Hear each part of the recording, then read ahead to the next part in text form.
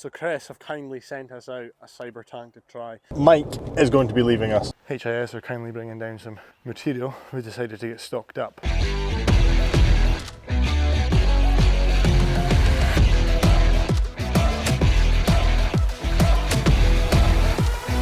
If I didn't get this stuff sent out for free, would I buy it? And so far,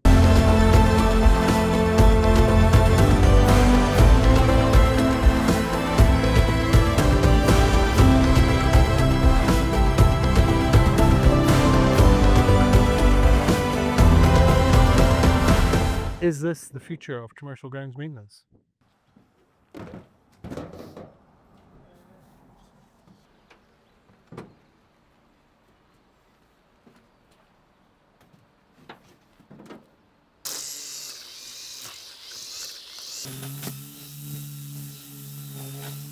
So it is actually Thursday today. Haven't been filming this week, but Enrico's out with the camera today, so taking a week off from the videos for a few reasons, and one purely just to not have to worry about it for a week and yeah, come back stronger next week.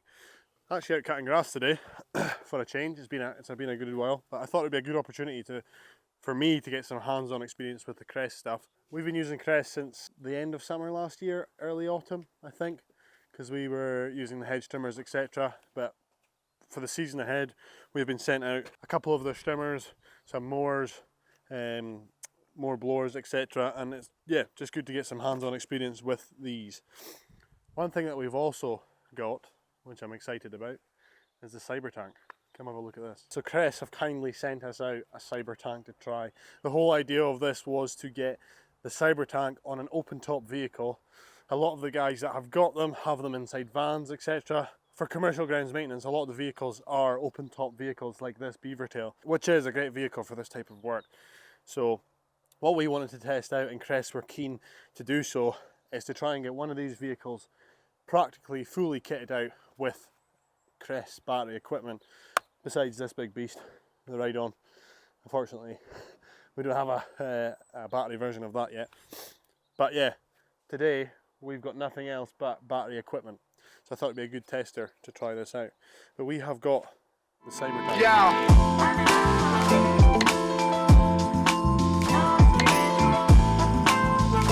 Now this is some bit of kit. The concept of the cyber tank is, this is essentially a big battery. Okay, so we charged this up the night before, and we have then got modular charging on the go without the need of plugs and sockets, etc. So if I turn this on here, let it fire up. So the beauty of having this is you can charge this when going from job to job. So down with the strimmer now, there's not an awful lot of strimming to do here. We've lost a bar on the battery. Once this thing fires up, I'm going to slide this into here, and you can see that these batteries are fully charged, and this one is on 77%. So while I'm driving or picking up another battery to go and finish the job, this is charging. And you can actually charge these in 8 minutes if you press this button here. But we don't need to do that just now. We'll showcase a bit more about this. It's very new to us. This is our first day trying it. We've got a lot of improvement to do with this vehicle and getting it all set up with racks and getting all the everything up off the ground as much as we can. And yeah, this is predominantly going to be a full Kress setup. So very exciting. Thank you, Kress.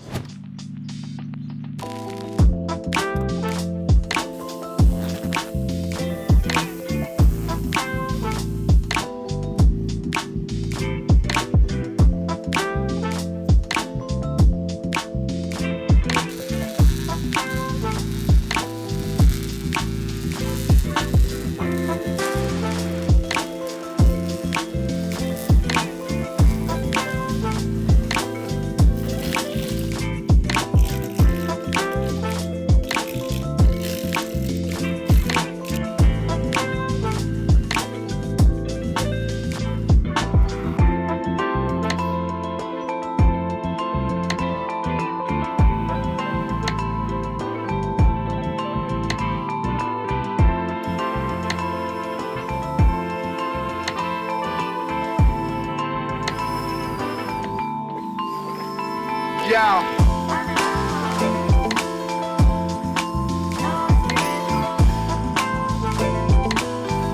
So we actually landscaped this garden a number of years ago now when I had one employee. This was all just old lawn, and there was a big flower bed over there, or vegetable plot if you would call it that. So we dug it all out, stripped back the turf, and we installed a small patio, built a shed with the help of a friend, and also a log store. So yeah, the grass is a bit worse for wear now.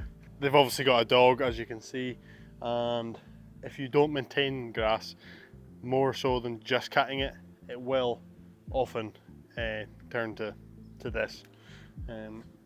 We had a lot of good soil from the flower bed in here, really rich soil, and I think we actually imported some soil as well. But it was all teethed through, it was decompacted, levelled and then turfed, and it looked great for, must have been about three years ago now that I've done this. But yeah, the grass has probably seen better days. Could probably do with a bit more watering, etc., but it really does need some work. A lot of thatch in here. I wouldn't miss to aerate the thing, because compaction, etc., if you've got a small lawn and that gets a lot of foot traffic, then compaction is a big issue. But the problem is there's such a large scale of moss and thatch in this area, because we're quite a damp area anyway. There's moss everywhere, but unfortunately there's just not the demand for a lawn care service, so we've actually given that up. We've sold the aerator, sold one of the scarifiers. I've kept one for myself, but yeah, I've always liked the idea of doing lawn care and trying to get these lawns looking as good as they can, but if there's not the demand for it, and if there's not the business demand, there's nothing I can really do about that. I've got to remove the emotion from it. So ironically, we've had a couple of inquiries about that, but unfortunately I've just said we no longer offer that service.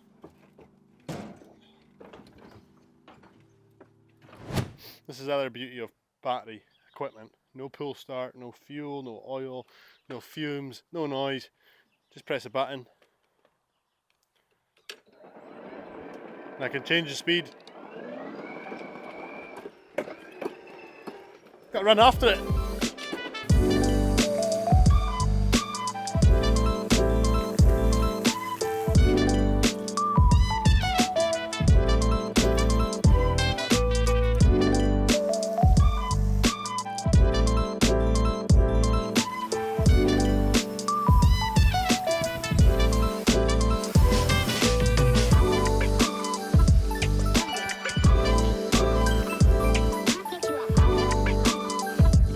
Those of you that don't know should get to know.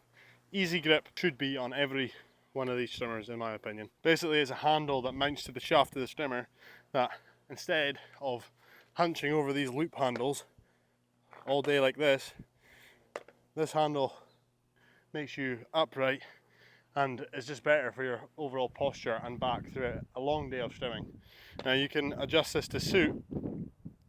It does take a bit of adjustment to get it right. Oh. Hello, Ben speaking.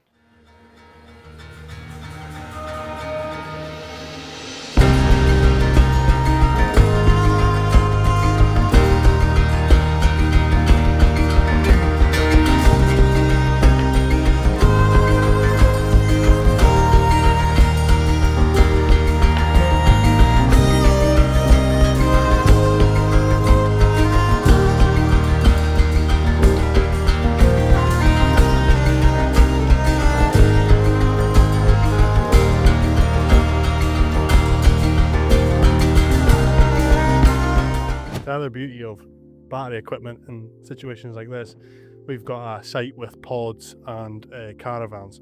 Now, there would be nothing worse than going on holiday or getting away with your caravan and having a noisy petrol engine rattling around the site. Now, although you can still hear these trimmers with the wisp of the head and the way it's cutting grass, it's a lot less compared to using two-stroke engines, because they like to scream and make a loud noise. So yeah, just another benefit to battery equipment, and it is definitely the future. Obviously there's things to iron out and run times, etc., but the whole thing with the runtime is this idea.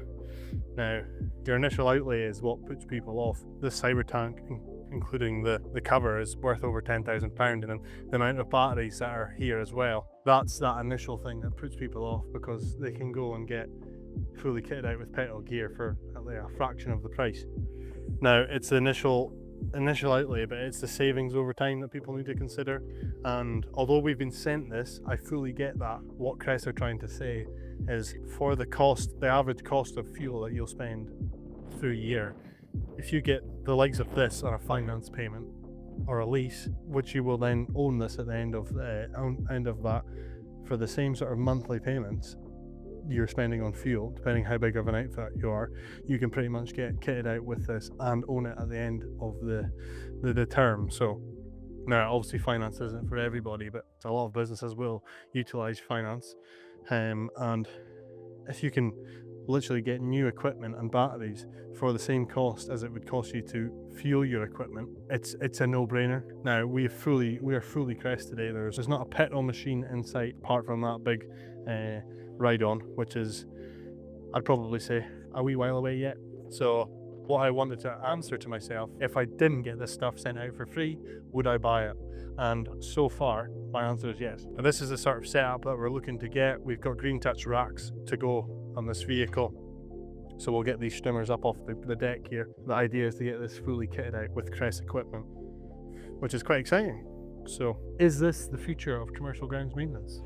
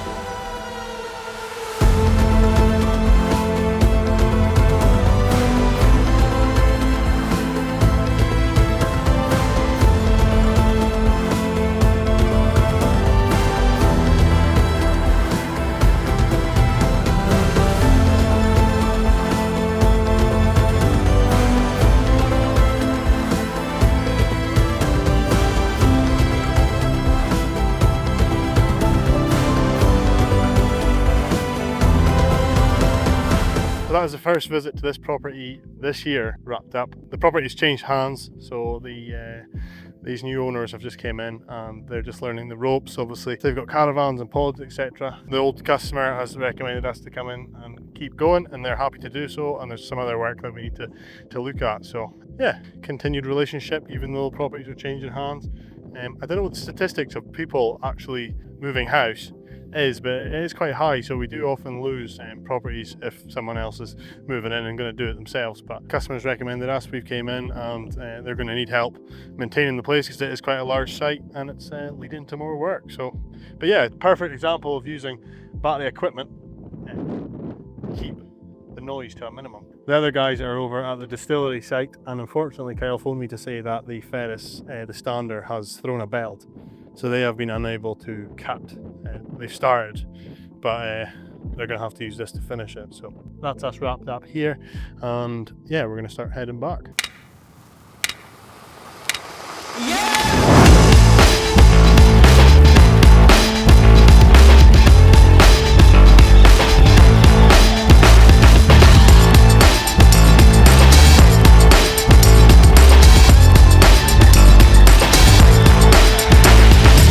Here at Morrison Lawn Landscape, we get custom tailored easy grips for all our staff. Uncle Mike will sort you out. And how is that for you today, sir? Oh, very good. Good. Yeah. Can't wait to do another 10-hour shift testing it out. Anything for the weekend, sir? We're actually going for a staff day out tomorrow. We're going to watch Minecraft in the cinema. Is that where we're going? What time is it? I know, I have to book tickets. You have to book it, yeah. It's a computer game, and basically you can build anything and do anything, literally. So, but kids love it. We It's basically really, do it, but in real life. yeah. You can like patios and Yeah, that. but they You made might a movie like of it, so.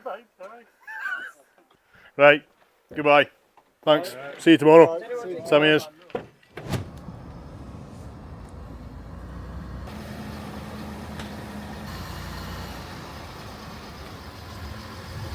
Hello folks, it is a Wednesday. Can't remember what day last week we filmed, which you will have just watched. We basically took a week off filming, apart from the one day Enrico came out. Thursday, that's what it was. We were just cutting grass yesterday, but this is nearly a week ago from that last video. Paul from Don Valley. Hi Ben, it's just Iona here from Don Valley. How are we doing? I'm alright, yourself, Iona? I'm alright. I'm just calling back with some good news. So apparently he's just got that other trade reference back just now. So we're just in the process of switching over to your account. So for the next order that should apply, you should be on an invoice account for you. We're just getting the process of switching it all over today for you. That's perfect, Iona. Thanks for letting me know. Not a problem, Ben. You have a lovely day. You too. Cheers. Bye-bye. Take care now. Bye. That's handy. Our local turf supplier. Our local, I say local, it's about an hour and a half away. Yeah, they have approved our credit account, which is good. Up till now, we've just been paying for the turf up front. And there's benefits to that, as well as also having it on an account. If you've not had payment for the job yet, then it is also handy to delay that payment. But it is also, it can be dangerous because you kick the can down the road and you get the money in for the job, say this week, and you don't have to pay it till the end of the month or the end of the following month. You've just got to make sure your finances are in place to make sure that you can pay that. With accounts, you're constantly then just chasing your tail and you're paying, this job is paying for the last job sort of thing. It's not an issue if you're good with finance and good with your money. So yeah, last week, just kind of taking a bit of a week off of the filming, start of the season. It was obviously quite hectic and trying to get things, yeah, just kind of like moving, and with new staff coming on board, etc., staff leaving. It's been a difficult last wee while for me, to be honest. Mike is going to be leaving us, unfortunately. Nothing bad or anything like that. It's all on absolutely good terms. An opportunity has came up for him that is essentially a no-brainer. Don't know if I'm allowed to say what it is or that yet, so I won't. Yeah, it's a no-brainer in terms of what's involved in the job, you know, the hours, the money, and also it's going to be less labour intensive on the body. Now, landscaping is a very body consuming trade. You're working on your knees, your back gets sore. It's a really physical job, and although that is good, it is good to stay fit and, you know, strong and active. It is very hard wearing on the body, and Mike is probably our oldest, Mike is definitely our oldest team member, and is not getting any younger. That has absolutely shown nothing in his capabilities, and you know, he shows up to work every day, every week with absolutely no problems, but it will be taxing on the body, and this opportunity has came up which is going to be less taxing and is back to his roots basically of what he's done most of his life. So he called me one night after the boys had went home, came back to the office and just had a chat and told me, and I am gutted. I was and am still gutted because Mike has been a great team member, but these things happen. People come, people go, and it's a lesson for me as well, because the one thing that is important to remember, and important for you guys as well if you are looking to employ people, you cannot build a business around one person. And not that we built a business around Mike, but his experience and knowledge and capability was very beneficial to the business because he could use a digger. He has experience in laying patios and working with concrete and cement, etc. Whereas beforehand, it was me that was taking the lead on all those jobs. And to be honest with you, we almost didn't take on the jobs because I've got like not as much experience in that side of things, purely just because I haven't done it a lot. And when you're trying to juggle a lot of things and other staff members and keep them busy and do other jobs, it is quite hard to focus on just doing that sort of one job. Now, when I worked by myself or with one other person, it was fine because I was on the tools and I was doing the work. But the more busy we get, the more staff I take on, the less I am actually on the tools. Basically, it's been beneficial to have Mike's experience so he can crack on and do that without me needing to be there on site all the time. To be able to delegate that sort of stuff has been absolutely great. So that is going to be one big loss to the business, but it's been a learning curve for me, and it's the same if I'm on site, because naturally Mike can use the digger out of, you know, all the team unless I'm there. He would do the digger work and the patio work and stuff like that, and although he would have someone with him learning and etc. and mix batching concrete and stuff, maybe laying a slab or two, it takes time to build up that experience, and also time in the machine. It's hard to make time for development. You literally just have to make time. When you're trying to get a job done, you're trying to remain profitable and get through the work, naturally the person who can use the machine goes on the machine, so the job gets done. But it is important that whoever else is involved and the staff that haven't quite got the skills to do so, learn and develop those skills, because it's a prime example now. Mike is leaving and we have no one else who can operate a machine efficiently. You know, like 100%, I tell the guys to go and dig a hole or dig out an area, and they would manage, but it would be slow, it would be, you know, it probably wouldn't be great, because like machine operating is such an underestimated skill, in my opinion. I know that because when I started operating a machine, I found it so frustrating and hard to work it and get it to look good and, you know, not dig too deep. When you're down in the ground, it is such a different view from when you're sitting in the machine in the cab. It's so hard to, you need to train essentially your eye and your muscle memory and your ability to be able to sort of grade back an area or spread stuff or dig things out, and yeah, just do tidy work with the machine now.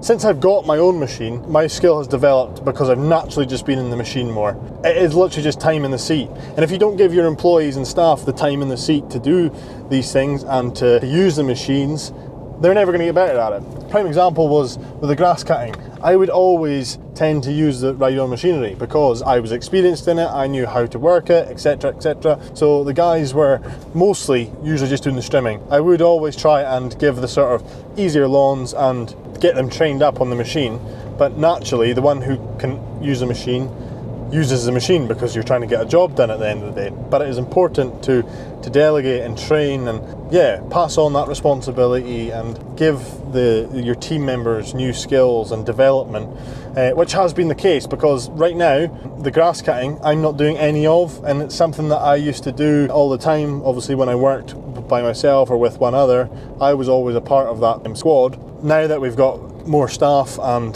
guys that have been on board for a long time or longer time and have, you know, done a grass season with me, I can confidently let them go with the zero turn, the stander, and go out and, you know, do the work. It's one of these things that develops with time, and you've got to trust. You've got to be given a reason to trust, but sometimes it's a lot of it's your own self-belief and control and just your own mindset of being able to say comfortably, that guy is going to go out with however much it costs, piece of machinery, and do the work, you know, that they are paid to do. And depending on how good a staff member you have, until you do that, until you take that risk, until you feel uncomfortable giving away that responsibility, you're never going to get anywhere. You're never going to develop, you're never going to grow and expand, and you're always going to feel like you're just going around in motions, because there's only one of me and I can't do everything.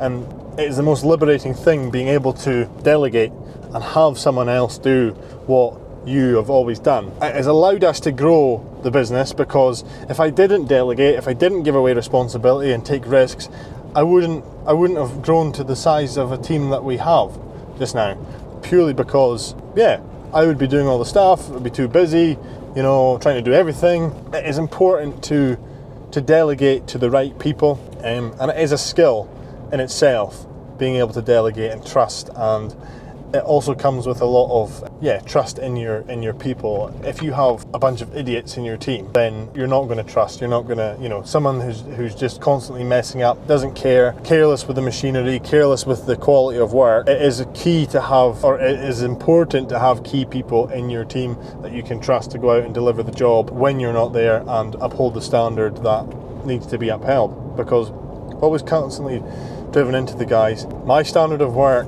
is what has got me to where I am today, and you need to uphold that standard. It's important. Just because it's not me on the site, and I've had it from customers before, oh, it's a bit different from when you used to do it. It's a nice thing to hear, but it's also like frustrating, because, you know, this is essentially my business. I will probably always care about it more than any of the staff, which I fully accept, and I understand why. You know, it's not their business, it's not their name on the side of the vehicle, etc. But it is important that they feel involved and they feel valued in their workplace. Some people don't really care. Some people just want to come and work, you know, a job and get their paycheck and go home. That is just the way some people are. But to other people, it is more than just a paycheck. They want to have some responsibility. They want to feel that they're doing a good job, they're making a difference, and they feel valued. I had a message from a customer earlier, and it started with, in full capital letters, Ben, with an exclamation mark, and I was like, oh my God, my heart sank. I was like, oh, what's happened now? The guys that you sent to do the job and the other job yesterday were absolutely fantastic. Really pleased with the quality of work, etc. Thank you so much. Now that is such a humbling feeling when you read something like that, because the team that are out there representing your business are getting great feedback from customers. That is the peak goal of any business, I think. Having your staff believe and deliver the standards that the business stands by. And again, it's important that they feel valued and commended for the work that they do, not in just their paycheck. I feel like it is an old-fashioned way of looking at things that everything was justified in your paycheck. You are, at the end of the day, getting paid, so you should be doing the job right, you know. And that is true. They are getting paid to be here, so they need to deliver the work. But in this day and age, it is important that people, feel like they can come to work and achieve things, make achievements, develop their skills, develop their career, develop their life, because we spend the majority of our life working. You probably spend more time in the workplace with your colleagues than you do with your family. So why can't it be a place that people can come and thrive and develop and improve their skills and expand their knowledge? And I've always just wanted it to be more than a job for people who want it to be more than a job. Not everyone, because not everyone wants that. And it's easy to get caught up in that, and there's always that constant conflict with people don't care, they just want a wage, and people do care, they want development in their job. It's such a hard one to sort of master, and I'm getting there. I'm getting better with understanding people and managing people, and you've got so many different personalities in the teams. It's no easy feat, because at the end of the day, you're the boss. You're also trying to be their friend, their mentor, their guide in what they're trying to do as a job. It is not easy. And I know I'm rambling now, but it's just something I feel quite passionate about, to my own expense sometimes. I want to be a firm but fair boss. I don't want to get taken the piss out of. I want to be respected, and that respect is earned it is a reciprocal thing. But if I can create a workplace that someone comes to work not every day thinking, yeah, this is great, woo, work, woo. Nobody gets up well, that may be wrong. Some people might get up and go, yes, I'm going to work. There's going to be days that are essentially shit. The weather's shit, the job is shit. It just is what it is. You've got to take the good with the bad, but it's creating that sort of culture where turn that negativity into a positive. Acknowledge that the job was shit, yeah, the day was shit, the weather, whatever, but it is what it is. We'll laugh it off. The next job might be different. The weather changes. As soon as the sun comes out, it's great. You're getting good feedback from clients. The job's quite satisfying. You're seeing a transformation. It's just highlighting and knowing these things. It is important, in my opinion. And that is just a prime example. That message I just received, the reviews that we get from customers. It's great for the guys to see that review, see their name featured in it. I try and push the customers to, if you leave a review, can you please feel free to use the guys' names that were on site or on the job, because when they read that, it's not just about me and my company and Ben and his service and what have you. I want the guys to see that they're being appreciated and the work that they're doing is being appreciated, because if you've got someone who can turn up, enjoy what they do, take pride in what they do, they're going to do things so much better, and that just eliminates all, and obviously gets paid. That is another obviously important value. It's justified in their pay packet of what they do. They're just going to do things so much better, and that will eliminate a lot of issues that businesses have. You've just seen Damien and Ed cracking out that fence job. I am just coming back to town, to the yard, to get the digger. I have a grave to go and dig for a dog, unfortunately. Quite a hard job to go and do and then justify charging for that job, but at the end of the day, the ground is quite hard and they think they need a digger to go and do it. So that's what we're going to go and do. Right. And then we'll mix it between, and I've got the wee Moffat, I can shift packs and that, but they've got a forklift.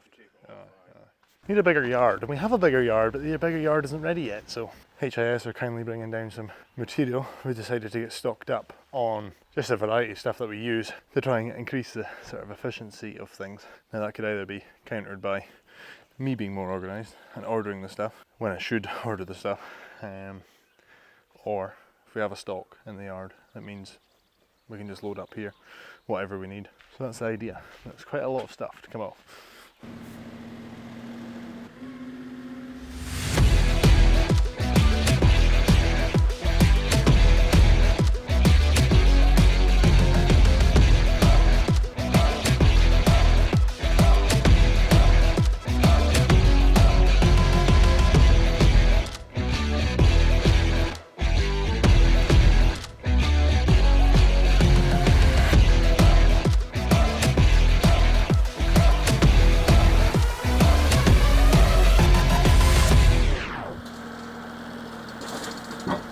thank you again.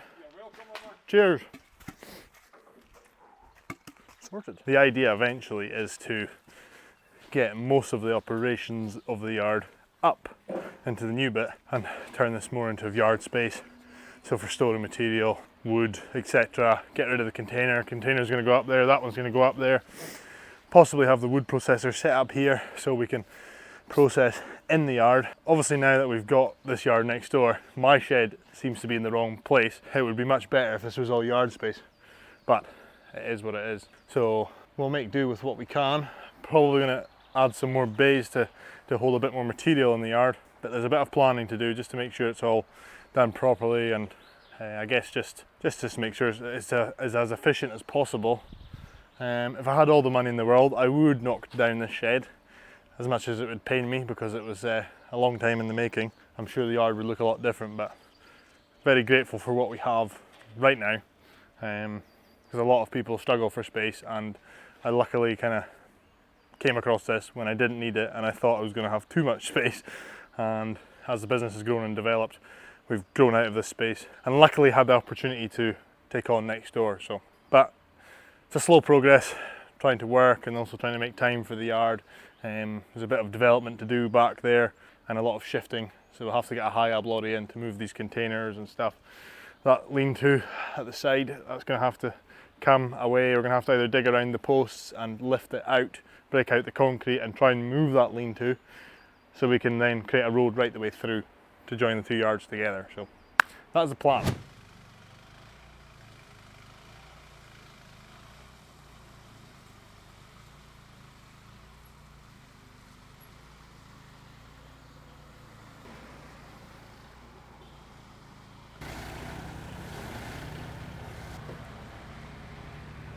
Hello, how are you?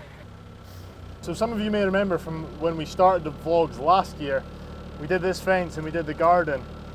Now the neighbours have recommended us to the new owners of the house across the road, and we are coming to do the exact same fence over the road amongst some other stuff. So just showcases the importance of doing a good job. Like this fence, it's weird, has been like the talk of like Nethy, like, oh, you're the one with the new fence. This is what our client has been commented on quite frequently, because it's quite a common and busy junction, so everyone sees this fence. So yeah, again, further just reinforcing the importance of doing a good job, maintaining a relationship with the customer, and we've got some more work out of it. So getting deja vu here.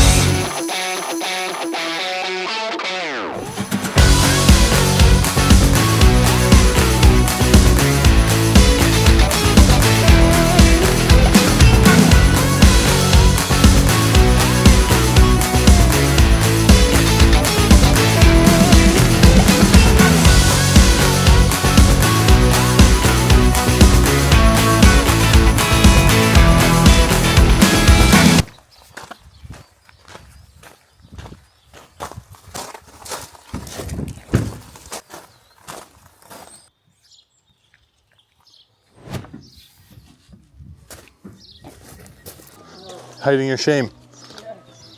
Of what? Being a Celtic fan? We're back at this fence now, getting the rails on, ready to board. There's going to be a gate going in there. You'll just have seen me show the turfing job that the guys were completing this morning. They went and prepared for that earlier this week, and they just went and knocked that out. Mike and Craig have just dropped Ed off to come help with the fence while they go and investigate some water that is coming up on a job that we recently did. We think it's just because there was a concrete whirligig that came out. We did backfill it, but I don't know if the hole's just filling up with water and not draining away. So There's just a way to go and check on that. Getting the rails on, which is proving a bit awkward. It's just because you're trying to create a curve that's going up a hill using straight bits of wood, so it's a lot of angles, a lot of cutting, and trying to show Damien the crack with that and let him do it, so he knows for next time. Almost fell into the trap of me doing it. It's important that he knows and I show him how to do it, so when in future I'm not here, he can carry on. What is it, just 2 rails? Just put one in, yeah, put one in the middle. Aye. Right, so 1.5. No, fine. Just fire it on quickly. Happy there?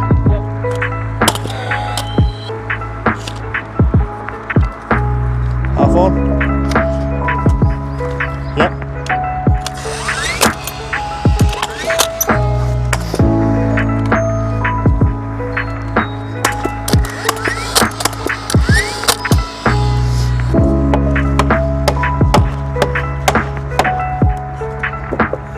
Okay.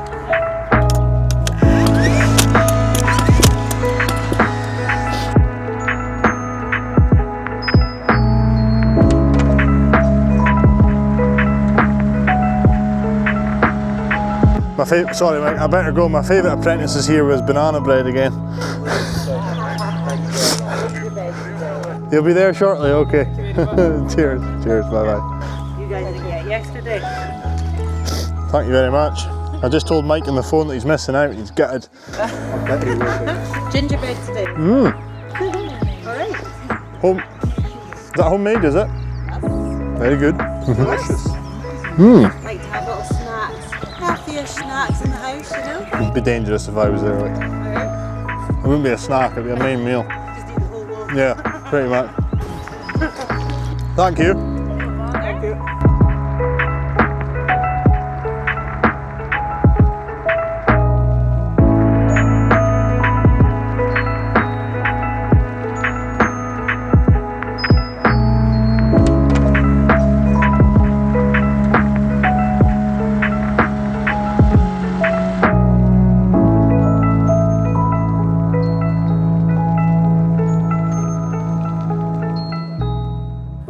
So we're getting there. Rails are on, posts are cut. And Ed is going to crack on with the boards.